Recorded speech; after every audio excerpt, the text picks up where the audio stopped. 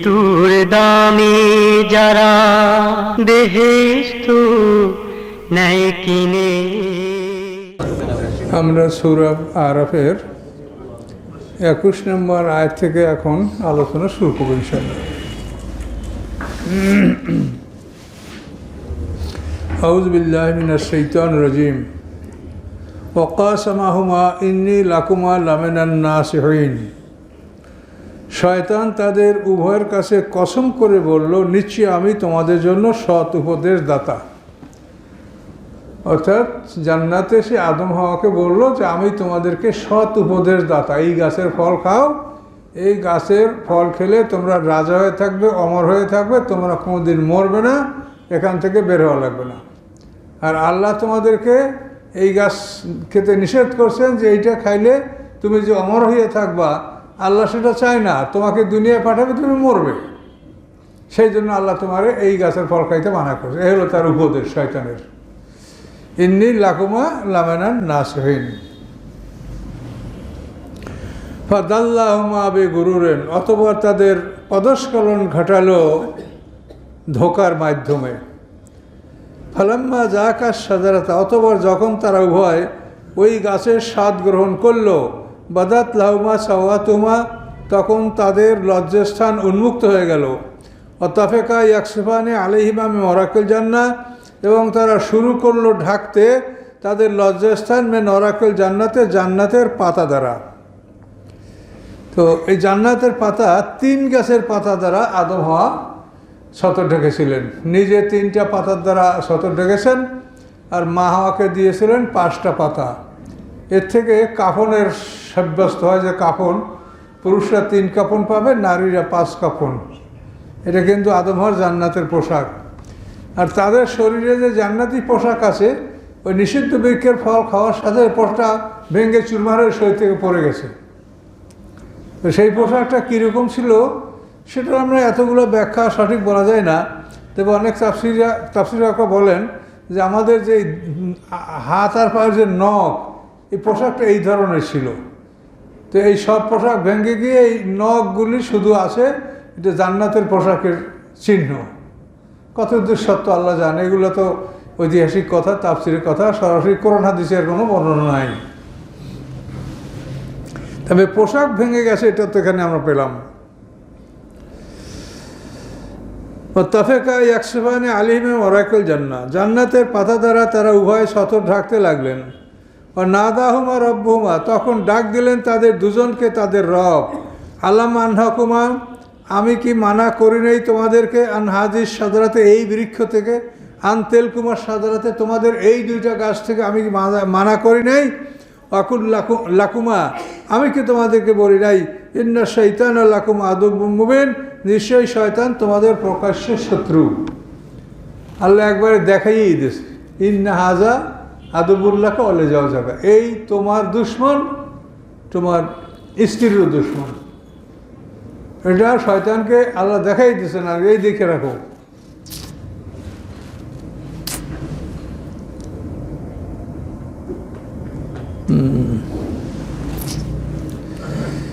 আল্লাহর কুদরতের কথা কিছু বলা যায় না। তিনি যা ভালো মনে করেন তাই আমাদের করেন তিনি।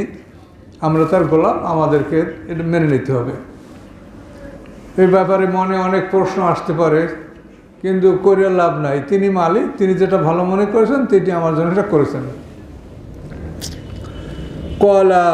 তখন তার উভয় বলল, আদম আর দুজনেই কি বলল?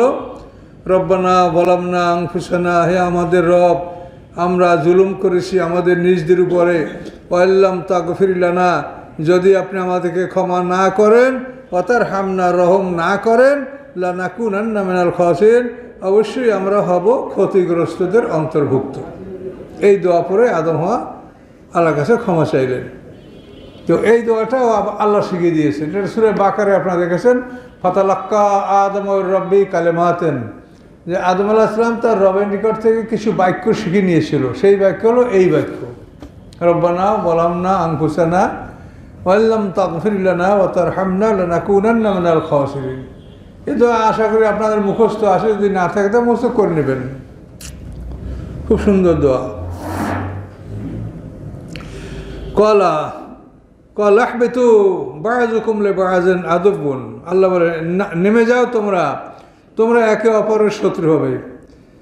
তোমরা মানুষের শত্রু হবে, শয়তান এবং মানুষ একে অপরের শত্রু হবে। এই দুটাই বুঝাচ্ছে এখানে। তোমরা একে অপরের শত্রু, মানুষের শত্রু হবে, আবার শয়তানও মানুষের শত্রু হবে। নেমে যাও, তোমরা একে অপরের দুশমন হবে। আর কি আছে, ওয়ালাকুম ফিল আরদি মুস্তাকাররুন, এবং তোমাদের জন্য আছে পৃথিবীর মধ্যে মুস্তাকাররুন, ঠিকানা, বসবাসের জায়গা, মাতাও নেরাহীন, এবং ভোগ বিলাসের বস্তু নির্ধারিত সময় পর্যন্ত তোমরা ভোগ বিলাস করতে পারবে, আর থাকার ব্যবস্থা তোমাদের এই পৃথিবীতে আছে। তাহলে আমাদের এই ভোগ বিলাস আর থাকার বিষয়টা তো নির্ধারিত সময় পর্যন্ত, কিন্তু আমরা তো মনে করি যে যেভাবে আমরা কামাই করি এতে মনে হয় যে আমরা কিয়ামত পর্যন্ত বাঁচবো, তারপরও আমাদের আয় ব্যয় ফুরাবে না। কাজে আল্লাহ কি বলছেন দেখেন, এটাই সত্য, এবার আপনার চোখে দেখতে পাচ্ছেন। মোস্তাকার মানে বাসস্থান, মাতা মানে ভোগবিলাসের সামগ্রী, এলাহীন নির্ধারিত সময় পর্যন্ত। কলা আল্লাহ বললেন ফিহা তাহাইয়ুন ওয়া ফিহা তামুতুন, এই পৃথিবীতেই তোমরা জীবিত হবে, তোমরা প্রাণবন্ত হবে, জীবন লাভ করবে। ওয়া ফিহা তামুতুন, এবং এই পৃথিবীতেই তোমরা মৃত্যুবরণ করবে। তোমাদের জন্ম এই পৃথিবীতে হবে, আর মরণও তোমাদের এই পৃথিবীতে হবে। ওমিন্না তুখরাজুন, এবং এই পৃথিবীর থেকে তোমাদেরকে আবার বের করে নেওয়া হবে, বের করে নিয়ে হাসরের ময়দানে তোলা হবে, সেখানে বিচার করে তোমাদেরকে স্থায়ী ঠিকানায় ঢুকিয়ে দেওয়া হবে, জান্নাতে এবং জাহান্নামে। এটা আল্লাহ সব পরিষ্কার ভাষায় বলে দিলেন। ইয়া বনি আদমা, হে বনি আদম সন্তান, কদ আনজালনা আলাইকুম লিবাসা, অবশ্যই আমি নাজেল করেছি তোমাদের উপরে পোশাক।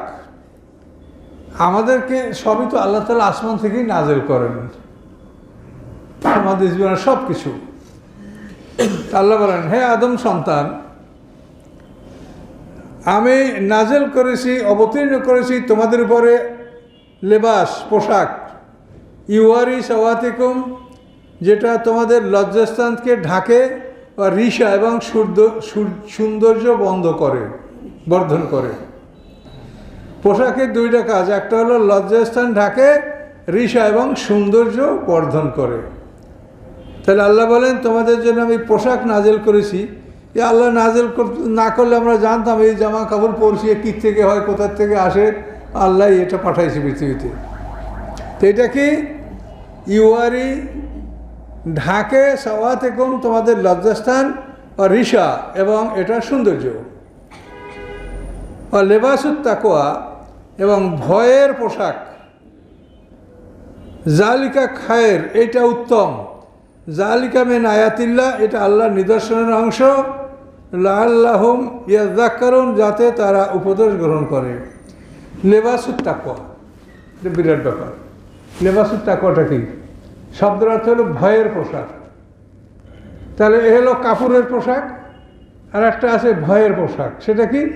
আপনার অন্তত যদি ভয় থাকে, তো কাপড় যেরকম আপনাকে রক্ষা করে, ওই ভয় আপনাকে অন্যায় থেকে রক্ষা করবে, ওটা একটা পোশাকের মতো।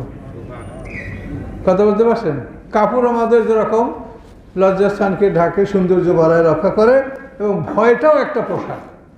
যদি আপনার অন্তরে ভয় থাকে, এই ভয়ের কারণে আপনাকে হেফাজত করবে এই ভয়। তাকওয়া মানে ভয়, এ হলো এক কথা। আর লেবাসুত তাকওয়ার আরেকটা অর্থ হলো রক্ষাকারী পোশাক।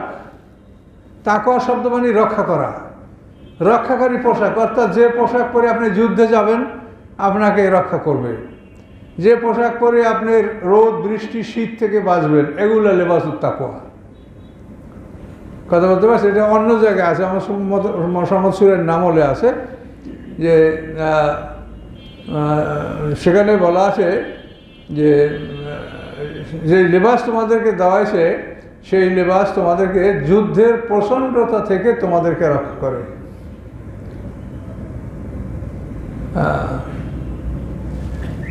একটা সূরা নামলের মধ্যে সম্ভবত সারাবিলা তাকিকুম বাসাকুম, এই আয়াতটা সারাবিলা তাকিকুম বাসাকুম, জামা সারাবিল মানে বড় জামা, বড় কর্তা জামা, তাকিকুম বাসায় তোমাদেরকে, মেম বাসিকুম তোমাদের যুদ্ধ হতে, এই যুদ্ধের পোশাক, এটা কিন্তু লেবাসুত তাকওয়া অর্থাৎ রক্ষাকারী পোশাক, যে পুলিশরা বুলেট পোশাক পরে। এবং এই ধরনের পোশাক কিন্তু আল্লাহর পয়গম্বর দাউদ আলাইহিস সালাম সর্বপ্রথম আবিষ্কার করেছেন। দাউদ আলাইহিস সালামের জন্য আল্লাহ লোহাকে নরম করে দিয়েছিলেন, তিনি বুনাইয়া সুন্দর করে লোহার পোশাক তৈরি করতেন, এবং এক একটা পোশাক সে অন্তত 4000 দিরহামে বিক্রি করতেন। এই পোশাক নির্মাণ করে দাউদ আলাইহিস সালাম সংসার পরিচালনা করতেন। তাফসিরে বলা আছে যে দাউদ আলাইহিস সালাম শহরে ছদ্মবেশে ঘুরে বেড়াতেন, মানুষকে জিজ্ঞাসা করতেন যে তোমাদের রাজা দাউদ কিভাবে করে, কেমন সে, বলে লোকেরা ভালো। তো একদিনে একজন ফেরেশতা ছদ্মবেশে ওই শহরে ঢুকেছে। তো দাউদ আলাইহিস সালাম তাকে বলছে যে তোমাদের রাজা দাউদ কেমন, বলে ভালো সবই, কিন্তু একটা অসুবিধা আছে। তো উনি চমকে উঠলেন যে কী অসুবিধা আছে? যে বলে দাউদ আলাইহিস সালাম রাষ্ট্রীয় তহবিল থেকে ভাতা গ্রহণ করে, এটা না করে সে যদি নিজে কোনো একটা কাজকর্ম করে নিজে উপার্জন করে যদি সংসার পরিচালনা করতে, এটা ভালো হতো। তখন দাউদ আলাইহিস সালাম বুঝতে পারলেন যে আমার রাষ্ট্রীয় ভাতা গ্রহণ করা ভালো না। আল্লাহর কাছে দোয়া করলেন, আল্লাহ আমাকে একটা কাজ দেন যে কাজের মাধ্যমে আমি আয় করে সংসার পরিচালনা করতে পারি। তখন আল্লাহ কি করলেন? ও আলান্না লাহুল হাদিদ, কোরআনে বলেন আমি তার জন্য লোহাকে নরম করে দিলাম। এবং সে দাউদ আলাইহিস সালামকে আল্লাহ আদেশ করলেন যে তুমি লোহার পোশাক তুমি তৈরি করো।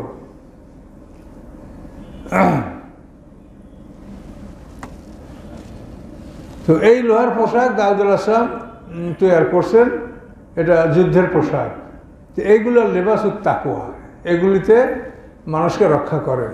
তাহলে এখন হলো লেবাসুস জিনাত, সৌন্দর্যের পোশাক যেটা আমরা পড়ছি, আর লেবাসুস তাকওয়া হলো যেটা রক্ষাকারী পোশাক। আবার লেবাসুত তাকওয়া মানে ভয়ের পোশাক। আপনার যদি ভয় থাকে তাহলে আপনাকে এই ভয়ের কারণেই আপনাকে রক্ষা করবে।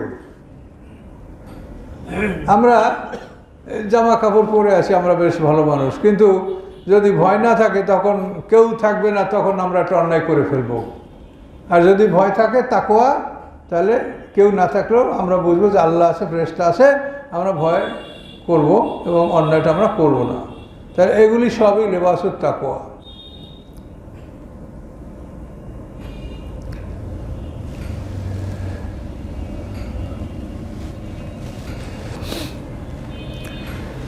তো লেবাসুত তাকওয়া এটা উত্তম, এটা আল্লাহ বলছেন, যেহেতু এটা যুদ্ধের পোশাক। আল্লাহর কাছে সবচাইতে পছন্দনীয় কাজ হলো জিহাদ ফি সাবিলিল্লাহ। তো জিহাদ ফি সাবিলিল্লাহ যে পোশাকটা ব্যবহার করা হবে সেটা নিশ্চয়ই আল্লাহর কাছে উত্তম পোশাক হবে। এই জন্য লেবাসুত তাকওয়া এটা উত্তম পোশাক। এবং এই পোশাক দাউদ আলাইহিস সালামকে বড় বড় করে বানাতে বলেছে, আনেবাল সাবেগাতেন ওয়াকাদ্দের ফি শার্ট, যে পোশাকটা যেন সে খুব লম্বা করে বানায়, যাতে পায়ের পাতা, পায়ের গোড়ালিতেও তীর তলোয়ারের আঘাত না লাগে। আর এই যে লেবাসুস জিনা, এটা কিন্তু লম্বা করে পরার বিধান নাই, এটাকে বলা হয়েছে হাঁটু এবং গিড়া এর মাঝ বরাবর পরা, এই সৌন্দর্যের পোশাক।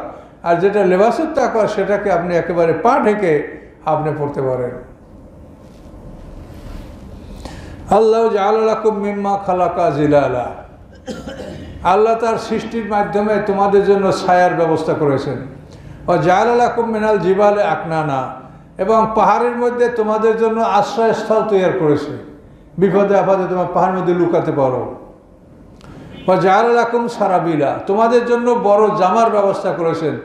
তাকিকুম বাসাকুম, যেই বড় জামাগুলি তোমাদেরকে যুদ্ধের প্রচণ্ডতা থেকে রক্ষা করে। এই আয়াতের মধ্যে লেবাসুত তাকওয়া যে যুদ্ধের পোশাক, এটা সরাসরি কোরআন এটা বলা আছে। কিন্তু আমরা কিন্তু ছোটোকালে জানতাম যে লেবাসুত তাকওয়া মানে সুন্নতি জামা, এবং এইটা এখনও অনেকেই মনে করে লেবাসুত তাকওয়া মানে সুন্নতি পোশাক, কিন্তু আসল তা না। পোশাকের কোনো সুন্নত নাই, এক এক দেশে এক এক পোশাক। পৃথিবীর এমন দেশ আছে যে পাগড়ি তাদের পোশাক, জীবনে একক তো নামাজ পড়ে নাই কিন্তু মাথায় সময় পাগড়ি থাকে, কারণ কি বুঝবেন? কাজে আসলে ইমানের বিষয়গুলি হলো অন্তরের বিষয়, মনের বিষয়। হ্যাঁ, লেবাস পোশাক পরা একটা ভদ্রতা বা একটা কস্টিউম, মানে একটা জাতির বৈশিষ্ট্য, এটা আলাদা, এটা খারাপ কিছু না, কিন্তু এটা ওই রকম কিছু না যে এইটা থাকলেই সে ভালো হয়ে গেল আর এইটা থাকলো না তো সে মন্দ হয়ে গেল, এরকম মনে করবেন না।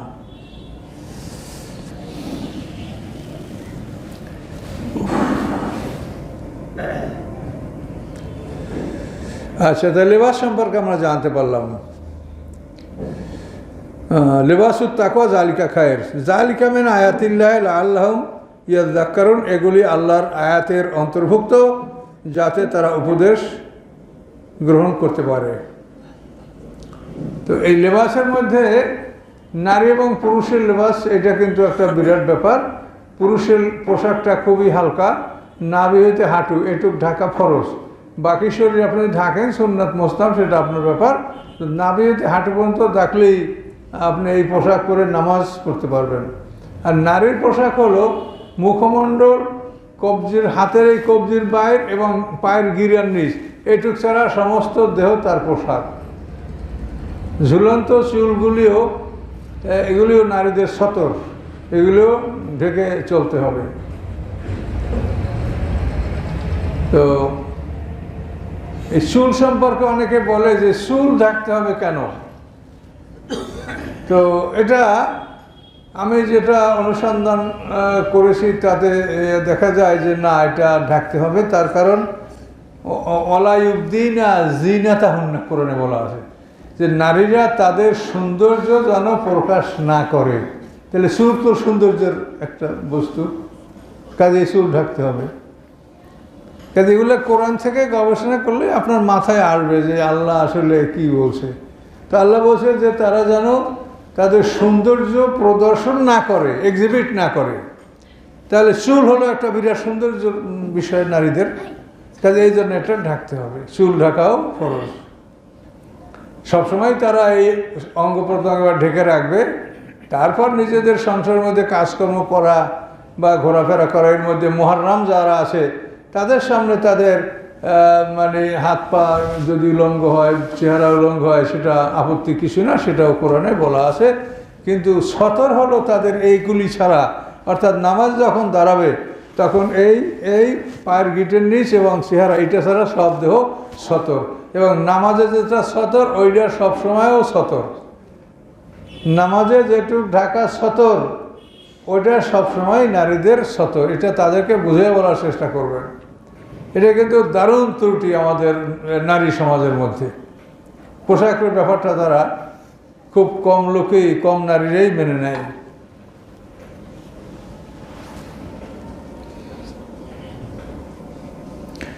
ইয়া বানি আদমা, হে আদম সন্তানগণ, লাইয়াফতিনান্নাকুমুশ শাইতানু, বিপদগ্রস্ত না করে তোমাদেরকে শয়তান, ফিতনায় ফেলানো। লাইয়াফতিনান্নাকুমুশ শাইতানু, শয়তান যেন তোমাদেরকে বিপদগ্রস্ত না করে। কামা আখরাজা আবওয়াইকুম, যেভাবে সে বের করে দিয়েছে তোমাদের পিতামাতাকে মিনাল জান্নাতে, জান্নাত থেকে। ইয়ানজিউ আনহুমা লিবাসহুমা, সে কেড়ে নিয়েছিল তাদের থেকে তাদের পোশাক। লিউরিহুমা, যে যাতে সে দেখাতে পারে তাদেরকে, সাওয়াতিমা, তাদের লজ্জাস্থান। ইন্নাহু ইয়ারাকুম হুয়া, নিশ্চয়ই শয়তান দেখে তোমাদেরকে, হুয়া সে নিজে, ও কাবিলহু এবং তার সম্প্রদায়, মেন হাইসু এমনভাবে, লা তারাউনাহুম যেভাবে তোমরা শয়তানকে দেখতে পাও না। আমরা তো ওভাবে শয়তানকে দেখতে পাই না, ও যেভাবে আমাদেরকে দেখতে পায়। ইন্না জাআলনা শায়াতিনা আউলিয়া লিল্লাযিনা লা ইউমিনুন, নিশ্চয়ই আমি করেছি শয়তানদেরকে বন্ধু তাদের যারা ঈমান রাখে না। মুমিন যারা ঈমান রাখে না তাদেরকে আল্লাহ শয়তানের বন্ধু করেছে। এখানে এই শয়তানের কাবিলহু কথাটা আছে, তার দলবল, বংশ বিস্তার। তাহলে এটা তাফসীরটাই বলা হয়েছে যে শয়তানেরও বংশ বিস্তার আছে, যেরকম জিন জাতির, জিন এবং শয়তান আলাদা। জিন জাতীয় সৃষ্টিগতভাবে জিন আর শয়তান একই ধাতু দ্বারা পয়দা আল্লাহ করেছেন, আগুন দ্বারা, কিন্তু এদের শয়তান গ্রুপ আর জিন এই দুটো আলাদা। যারা শয়তান এটা সব সিংহের ফুৎকারে সময় মরবে, এর আগে এরা মরবে না, সব শয়তান। এই শয়তানদেরও বংশ বিস্তার আছে, যে কাবিলও বলা হয়েছে যে সে এবং তার দলবল, তাহলে শয়তানেরও বংশ বিস্তার আছে। এরা সবাই মিলে মানুষকে কুমন্ত্রণা দেয়, খারাপ পথে চলানোর চেষ্টা করে। আর মানুষের জন্য আল্লাহ বলেছে, আল্লাহ সবসময় তুমি আল্লাহকে স্মরণ করো, প্রত্যেক কাজ আল্লাহর নাম নিয়ে করো, তাহলে শয়তান তোমার কাজে হস্তক্ষেপ করতে পারবে না।